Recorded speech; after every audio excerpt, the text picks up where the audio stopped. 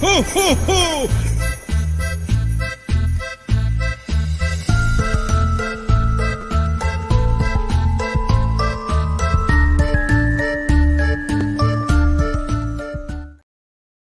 And we are back. We are live again from this morning to the afternoon, and it's the manager's press conference reaction show, which unfortunately, for some reason, I got notified by Mark to say, Mick, the press conference has already been. And I go like, bugger. You know what?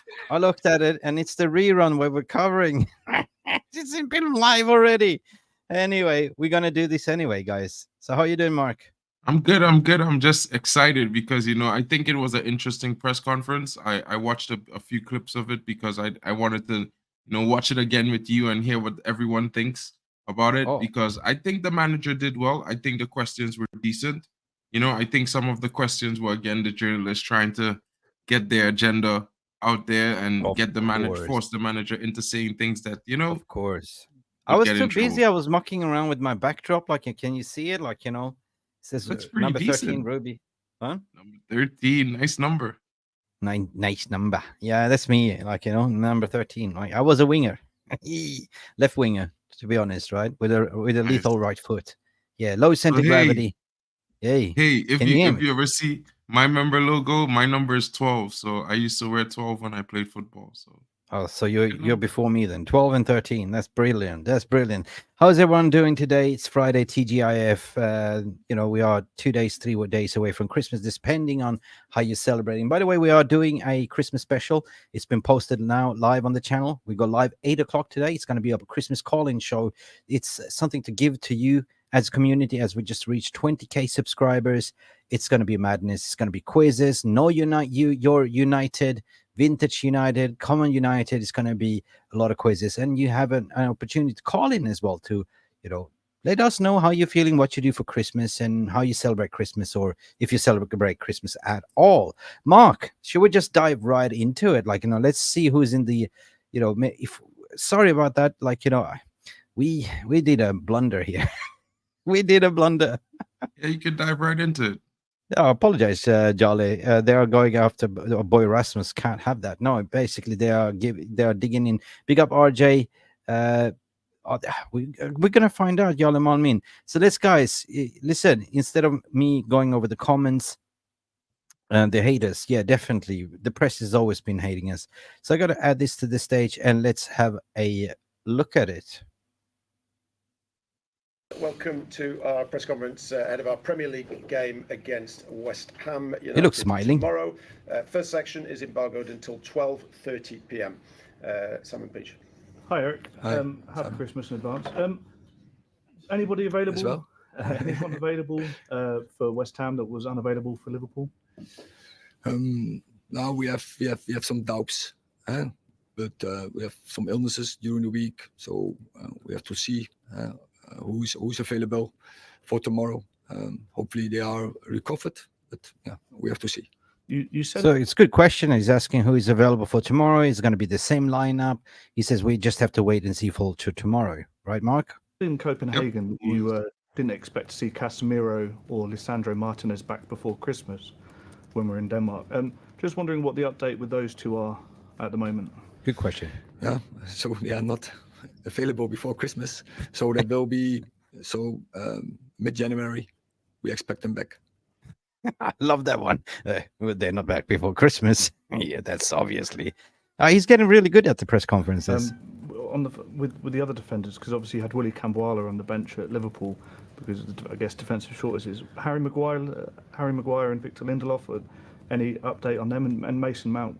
The timescale on him at the moment. Mason Mount similar into January. Harry Maguire, I expect him early on, and Victor Lindelof is not available. I wonder why Victor Lindelof is not available, Mark. That's a big question. Is it surgery? Yeah, really? He said it himself. Okay. What's going on with Mason Mount? That's a big mystery. Like, nobody really knows. Like, he plays 2 games and then he's injured. Don't know. Let's continue.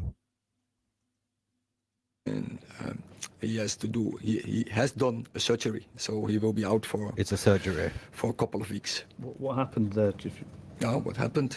Yes, he had a problem, and so personal is that, but he has to do the surgery.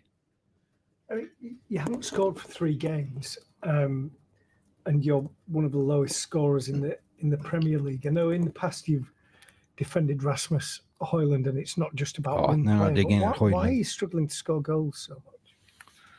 Oh, first of all, I think we played very strong teams with Liverpool and Bayern Munich. That's obvious. And then we had a poor game, as we have seen. But I think, there are always issues. But we know also we have to improve. And so in our game, I think we played very good at Bayern Munich and against Liverpool. But we should have created more chances. And then, of course, we should have been more clinical in such moments.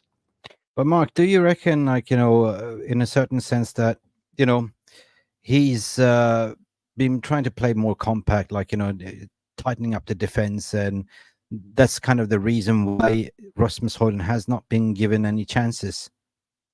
Yeah, I think we all see that the team had many problems at the start of the season, and scoring goals was one, defending was one, balance was one in the midfield, and then overall getting consistency in the starting 11, right? But as we know, we have been plagued with injuries. We haven't seen the full back four that secured us top 3 last season. We haven't seen that. Why is Simon Stone having a pop there, the sinus block pop, and asking about having a pop at a youngster such as Rasmus Hojlund? Now, we shouldn't expect much from Rasmus Hojlund. He's a youngster, he's 20 years of age, just getting his embedded period, first season in Premier League. On the other hand, he scored 5 goals in the Champions League. So, yeah, well, the thing for me is they try to create this narrative where Hojlund came into the league as a young striker. Hojlund is 23, 24, scoring a lot of goals, had the most goals tally last season. And they're trying to say, well, Rasmus is a young striker. Man United should be getting a generational striker. You know what I mean? But they're not looking at things holistically, because whereas, Hojlund went from Molde to Dortmund, well, to RB, then to Dortmund, where he had that progression and he had years to get himself into that form and that, intuition and get the experience he needed before he made the jump. Rasmus Hojlund went from, one team, and then he went to Atalanta, where he did really well. Granted, he didn't start every single game. So coming to United, all the pressure is on him to score goals. As a 20-year-old, that's going to be difficult for anyone. You know what I mean? Fair enough. I just find it a weird question from a journalist, if you know that. Anyway, so let's continue watching this, what Eric Ten Hag has to say. Is it about getting more players into scoring situations, or do you believe you're creating the chances, just not taking them? I think we can definitely improve. So it's not about one player, but it's about a totally group of that's what it is. Us. So as you know, my philosophy, we have to attack with 11. So it's not only about one player, but it's about everyone. And we have to get the movements better, the decisions, so the ball decision making on the ball has to be better. And sometimes also, we have to be more clinical. I think the best chance on Sunday in Liverpool was ours. So fair enough. He mentioned a couple of key questions there. It's basically his principles, to be honest, to be fair. And it's basically movement. He said one thing, but it's also his principle, we have to attack as 11 and the defenders 11 mark as well, right? But it also comes down to creativity, and this is what we fans are sort of kind of criticizing in Ten Hag a little bit, it depends on how you line up in the midfield. Creativity hasn't really come from the midfield. We're starting to see a partnership of not Casemiro, but Kobbie Manioo there, playing in a double pivot with Amrabat. But we need more creative players like Eriksen, Bruno, Fernadez, that can actually serve the strikers as well, and the wingers has to also cross more balls into the box as well. 100%. You have to look at it from the holistic view, where the entire team needs to contribute. Everyone needs to do their job, and everyone has a job to do. So it's not just about one player showing a moment of brilliance. It's about all the players stepping up to the plate every day and giving everything they have. 100%. And I thought that was the follow-up question here was really good from Simon Stone. Basically, like, asking the critical question, why you're not scoring goals, and he gave a valid answer. I think. Let's continue. And it was a great attack. Eric, the European Super League is back on the agenda Super this League. week. What do you make of the revised concept, the new format with promotion and relegation? I refer to the statement the club brought out yesterday. That's a good one.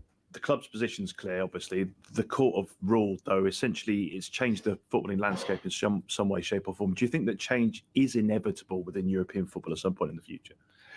So I have to look then in more detail if I want to express an opinion about that. I think that's a fair question, like, because his job is to manage the team, not to get involved with other things. But I think that question covers two parts. Like, is football needing a change, breaking away from monopoly, and monopoly fosters corruptions and one-way street. On the other hand, like, looking into that Super League, like 80 people in different continents, and you play like, franchise style. Maybe that is the future, but that is not happening until 2 to 3 years anyway. Like, because the European court has ruled that they're allowed to do it because, UEFA and FIFA don't have monopoly anymore. 100%. Okay, let's continue. And can I just ask you about January, about transfers? Do you know yet whether you're going to have money to spend? Do you want to strengthen the squad next month? So, so the current squad. So I'm happy. So as we get our players back, I'm sure we have a good squad. I think a lot of our the way it went in the first season of the reasons behind, because many players were not available, and I'm sure when all the players are available on board, and it looks like, as I said, Casemiro will be back, Martinez will be back, Mason Mount will be back. We will be much stronger after the. I believe here is what he's saying. If you listen to it carefully, I mean, you can criticize it. Any manager would say, yeah, I would love to strengthen. But here he's saying basically what we are being waiting for to hear for the remaining of season, that I haven't been able to play my strongest 11 as yet. I'm still waiting for Casemiro, Licha, Mason Mount. We haven't seen them play together, right? So he believes that he has a good squad on the paper, but he hasn't been able to utilize the mark.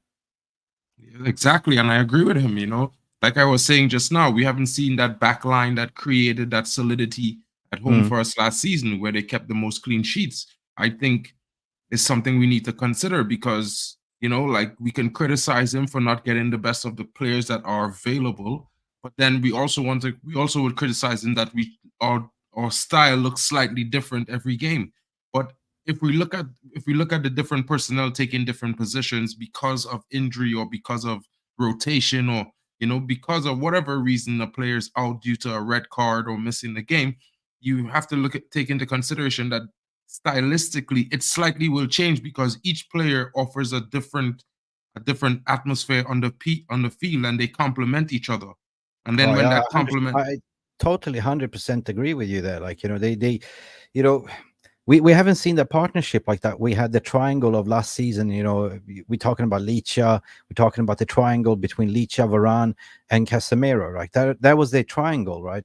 And totally, it's been a crazy season, 100%. But it depends on, because the reports were saying that John Murta has been like mad, trying to sort of sweep pull the rug under this carpet, trying to settle all these players like Varane and Casemiro. What he's talking about right now, like, you know what I mean? So I think this gives away what Ten Hag really, really wants, though. You know what I mean? 100%. Okay, let's continue to the press conference, guys. Ian. Eric, just to pick up on what Simon was asking you about before with the lack of goals, I understand it's not just about one player, but Rasmus Hojlund is a very young man. He's come to a big club, a different league, a different country, and not scored in the Premier League yet. I just wonder how personally you think he's coping with the pressure and going so long without a first goal in the league. Yeah, of course we are open, and also he is open, and I think he is. His mentality is great, and he's I think he's a very good performer under stress, and he deals with that. But it's not only about Rasmus Hojlund; it's also about Marcus Rashford. It's also about Garnacho. It's also about Antony. It's also about Bruno Fernandes, and it's also about Scott McTominay. So there are many, and don't forget our fullbacks, who has to be a big part in that. 100%. So I'm sure we work on that fact as a group, from offensive players or who are in offensive, who are contributing there or who should contributing there, and I'm sure we will improving, and especially if our squad is full accompanied, and then it's better in balance, and then we should create more chances. Yeah, and I mean, fair enough. I mean, I get the point marked here. Like, he's the key takeaway from this question is what he's answering is that we are not balanced at the moment, right? But he's also putting a lot of responsibilities on the fullbacks, on the midfield. But at the same time, you got to also throw the question back to him, because you have been the one that's shaping this structure. You're the one that's picking the teams, right? But it's been pretty much like a survival mode, hasn't it? Like, in certain ways, if you look at it, right? I'm critical on Scott McTominay because he provides zero creativity. We saw that when he was given the captain's armband, zero creativity whatsoever. But knowing that you have certain players coming in here in January, things might be looking different. Yeah, I think the big thing is the key players that are out for Manchester The United key players. and have been out at various different times during the season. Varane was out for a period of time. Martinez is out until January. Casemiro is out. And while people may say Casemiro didn't have a good start to the season, maybe he was suffering with different little ailments that, kept him from performing his best. And then, you know what? The niggles turned into an injury. So now he's out getting the rest he deserves. Now, people might say Bruno was wasteful. Probably we can't argue that. But the team in itself, we haven't had that spine that we had last season. So to judge him based on that and say, well, okay, you should do the best with what you have, I agree. But then if you look at what we have left, it ain't that good. It ain't that good. The fact that we in seventh behind by a point, 10 points behind the top four, it's not that bad. Yeah, but if I was in the press conference, I would ask a different question. I would say, like, so barring that you're talking about your principles, your system, and you have players out, why haven't you been able to change, to adapt, to play a different style of football just to, protect that, right? Because he's still like, the coin dropped the other day, like, when he started to play the double pivot and said, this cannot work, right? So only now he's starting to see, okay, I need to get by until these players come along. But he's been stubborn. He's stuck to his plan A, and that is this formation that he's trying to play with one sitting holding midfielder. 100%. And well, you know what?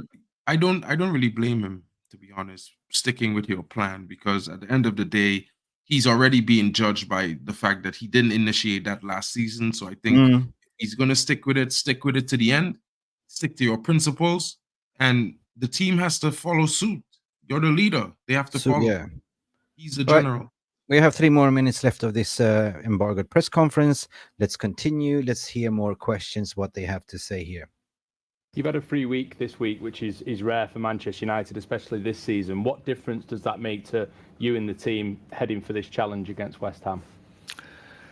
First of all, we had such a busy program, and so we gave the lads some days off, also because we go in a busy week again with 3 games. So they needed, from physical approach, they needed a rest.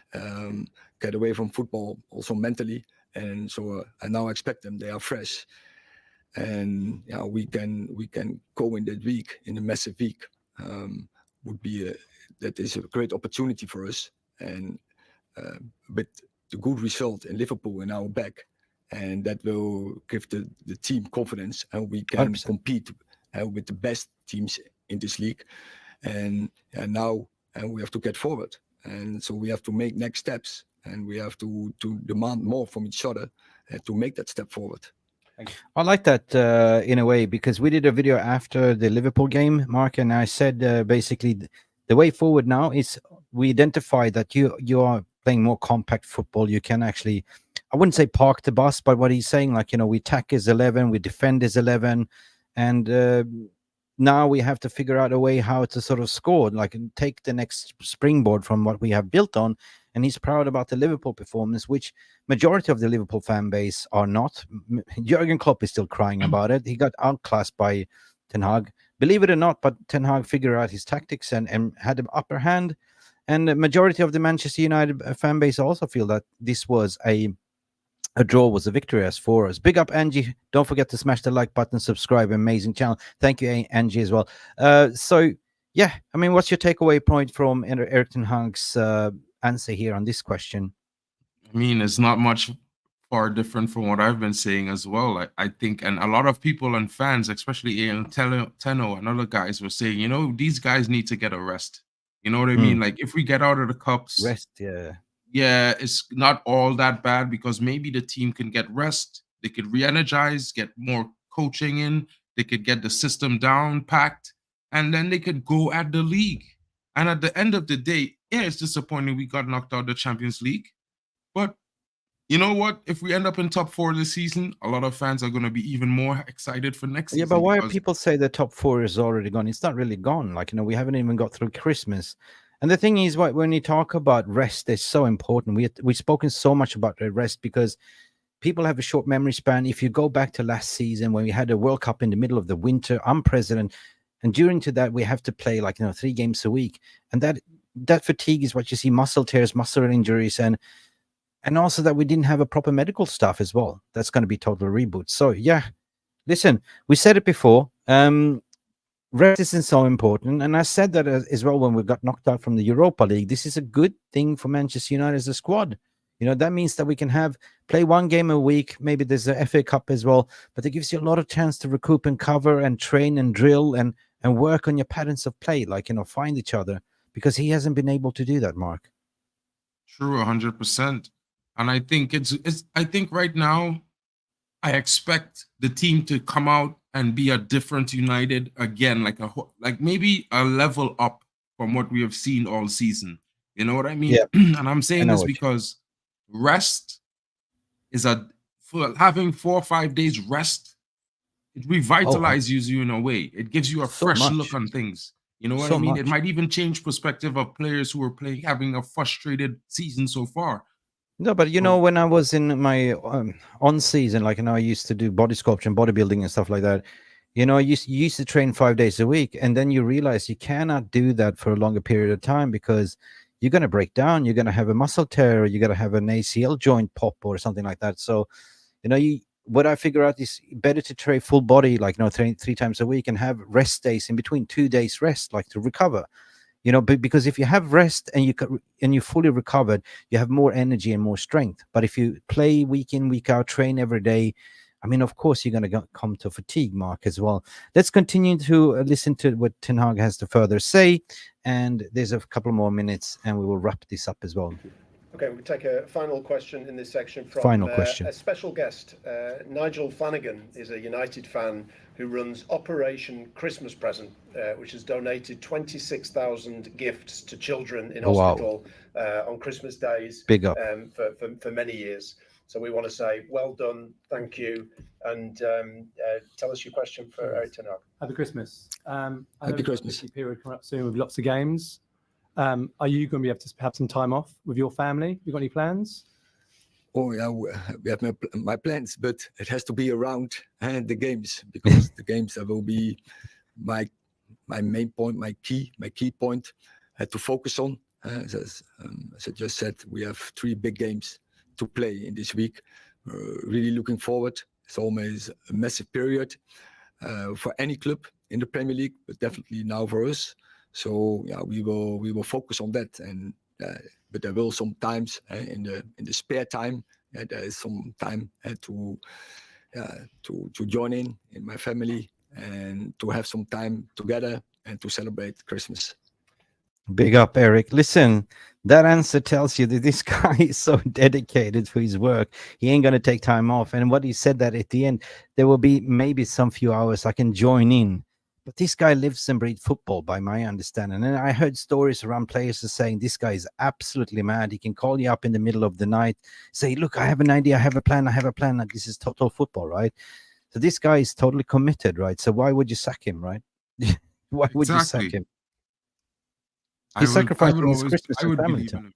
He's always sacrificing everything. If you ever hear them ask about his family or what he's doing or how is he getting his vacation, he's always say his first response is always, well, around the football, if I can get it around the Yeah. schedule of Manchester United, we always, something is important with the club that they're going on with right now. So, if he can make time, otherwise he will try his best to do so. It's always that with Eric. It's always You that. know what I mean? Same interview when we recruited in Amrabat, and he had his first press release, the interview, like the player interview, and the interview asked Amrabat, "What do you do on your leisure? Like, what you do when you're not training?"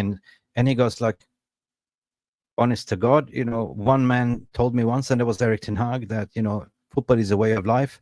I don't have time for rest. Like, I eat, sleep, repeat, make sure I recover, and I play the game. Professional. Like, I don't have time for anything else. That's all I'm thinking about.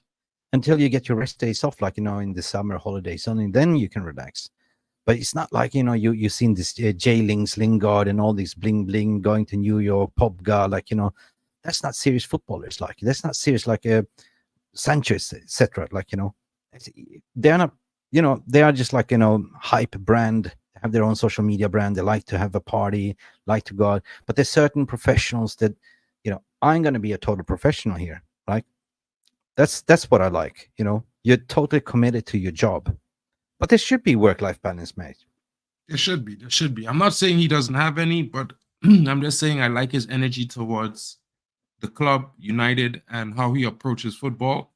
And I think, yeah, he's had a tough season so far. Yeah, he could have made some better decisions, but I think for him and for the squad, this week of rest might just do them some wonders. You know what I mean? Rasmus Hojlund was playing really frustrated in the last 2-3 games I've seen him, in my opinion. He looked frustrated in the way he was like just either just ahead of the play or just after the play. He wasn't actually making the run with the play. So I think the rest might have gave him some time to relax, think about it, and be to himself like, hey, I just need to be patient. I got 5 goals in the Champions League group stage. Okay. I can get 5 goals in the next few games. Yeah, I mean, this is a little bit where they were asking the question about the Super League, and he's like, why ask that question to manager? You're not going to give you the answer anyway. But there's been the big talking point since we on this channel were the first one to break it and talk about it ever since Monday. But the ruling, we've seen statements, people coming out and say, we're not going to support it, we're backing Europe. And the statement that came out was first and foremost was from Manchester United straight after the announcement.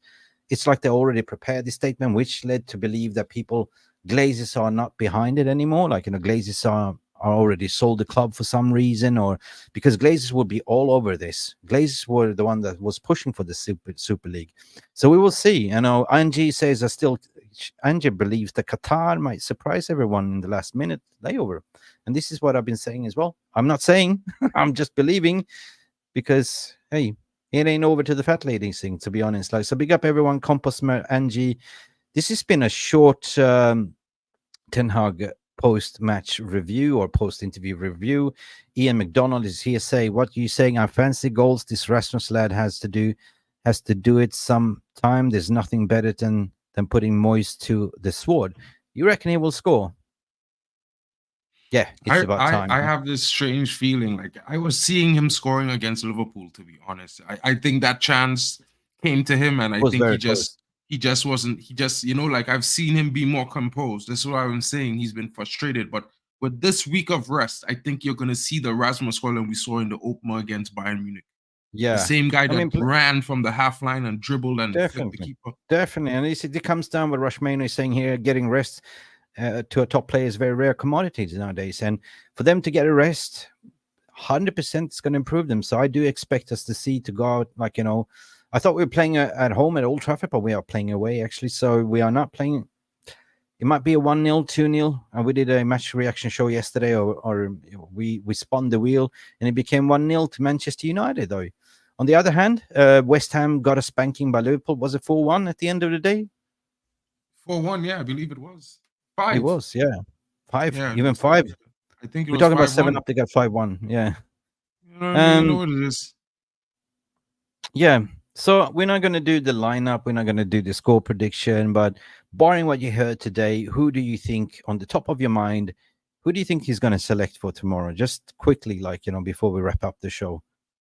Honestly, I think we're going to see the same attacking front line we saw against Liverpool, Hmm. if not the same entire team, to be honest.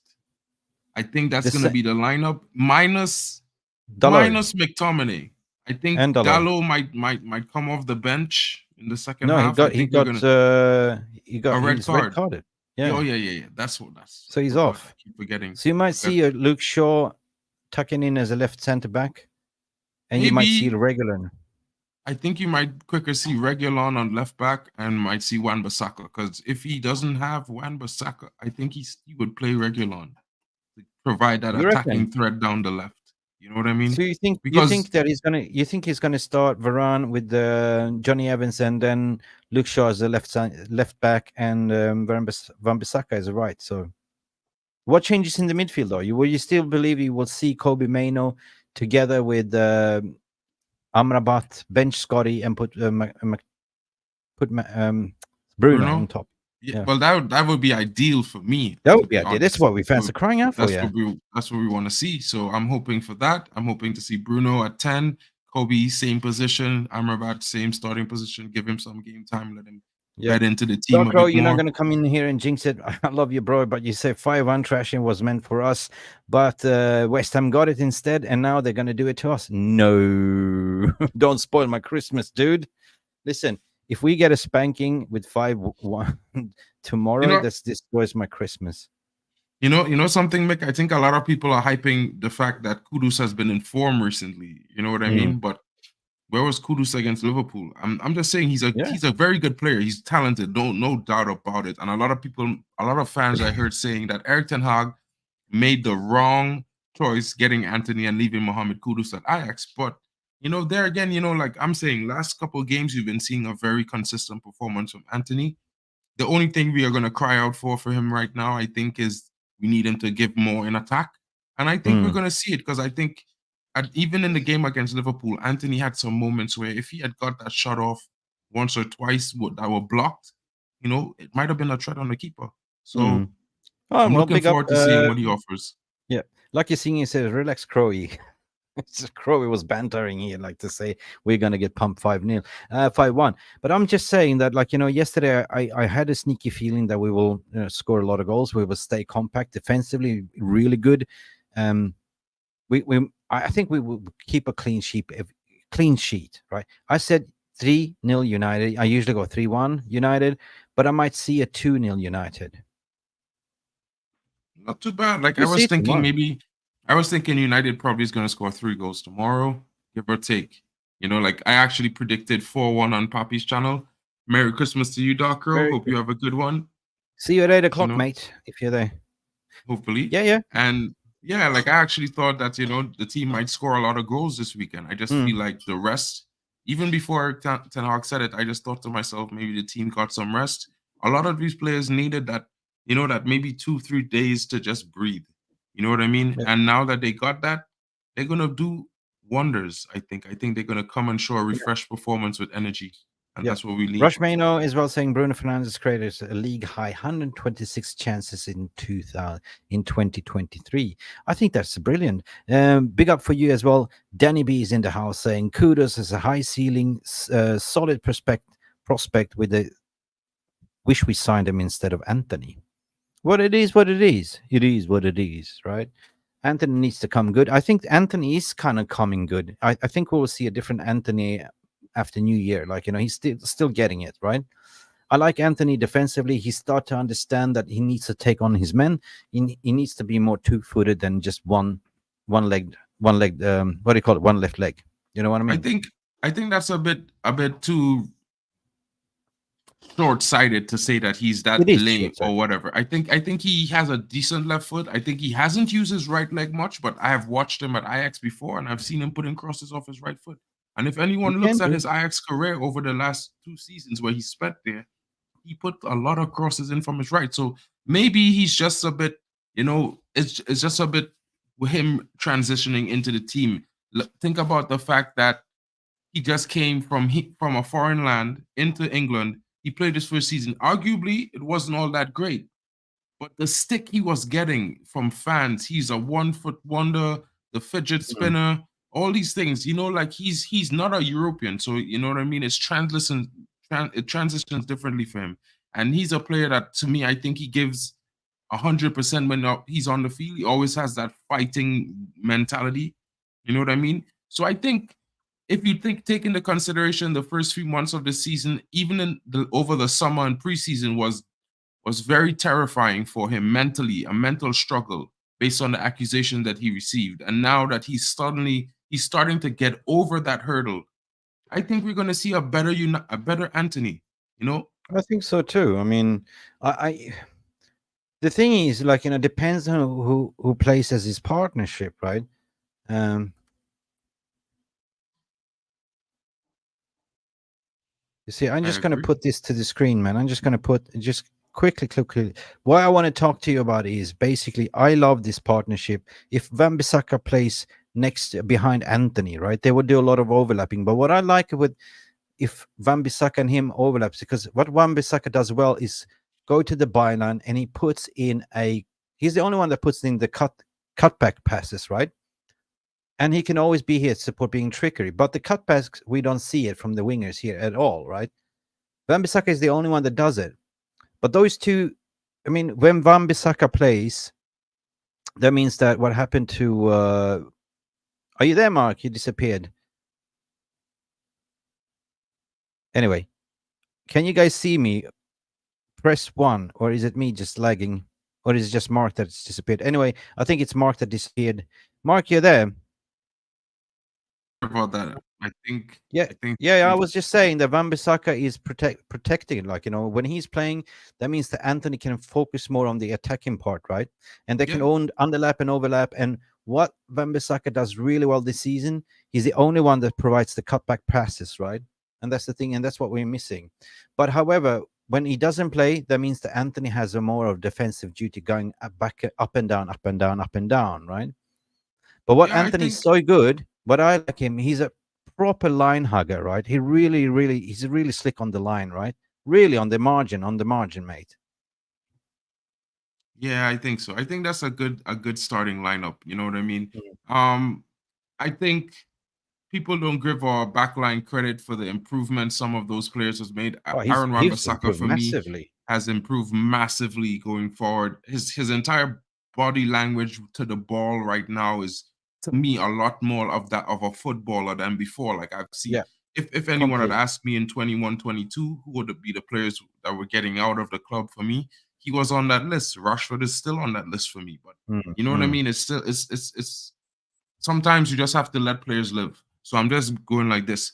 Wan-Bissaka has improved, one of the most improved players for me. Diego Dalot, his defensively, he's improving as the season goes on. I think when he plays a consistent run of games, he improves. We have seen bad performances. Of course, teams are going to have bad performances. I think sometimes he was stretched this season based on the fact that Dalot was the only fit fullback for like 7-8 weeks. So, I think the defense is going to get better. I think the team is going to get better. The midfield, I think, is going to improve drastically over the next 5 games. Surprise in the second half of the season. I mean, barring what Ten Hag was saying, and it's something that I've been saying all along, like, ever since the injuries, we haven't seen the best starting 11 yet. And he confirmed that here, like, yes, I have my rules and principles. Yes, I have my system of play, but it's also I'm waiting for the personnel to come in that can play my style of football that understands. And I'm so excited to see, like, I can't wait to see Licha back. I can't wait to see Casemiro back. I can't wait to see Scott McTominay coming off the bench, where his rightful spot is. But anyway, big up Drex for coming in. Hello to you guys. And yeah, listen, we covered the manager's press conference today. We're going to wrap up the stream. We apologize if we didn't do it live. It was my mistake. It was also Mark also mentioned, it's been live already, because I was looking at the schedule, and apparently what I was looking at was the 1 hour after a delay rerun instead of the live. So my bad, but at least we got it covered, guys. Listen, bookmark this, 8 o'clock. We're doing the Merry Christmas special for your community. Have a lot of goodies to play. We're going to play quiz games. You guys be able to call in, say Merry Christmas. The community, you've been the one supporting, but we're also going to have the 20,000K subscription party as well, as we just hit it as well. So thank you everyone for supporting, and please hit that notification button. Go to that link, hit the notification button so you don't miss that Merry Christmas party show, 8 p.m. UK time. Bring your popcorn, whatever, bring your Chardonnay, beer, whatever you prefer. Just chill back, relax, call in, have you say. Mark, I see you there, or will you be there? I will be there. I will be there. And if you don't have a beanie, guys, you can wear, the Christmas stocking hats. That's the trim. You know what I mean? Mick's got his own. I'm going to get mine shortly, guys. I hope you all enjoy. Have a great day. Thank you for joining us. And have a Merry Christmas. Huh? Nice. I'm getting into the mood. Anyway, guys, big up. Talk to you later. Bye, bye, bye, bye, and see you at 8 p.m. Thank you so much for watching, and Merry Christmas to you, and see you at 8 p.m. UK time. Bye for now. Merry Christmas.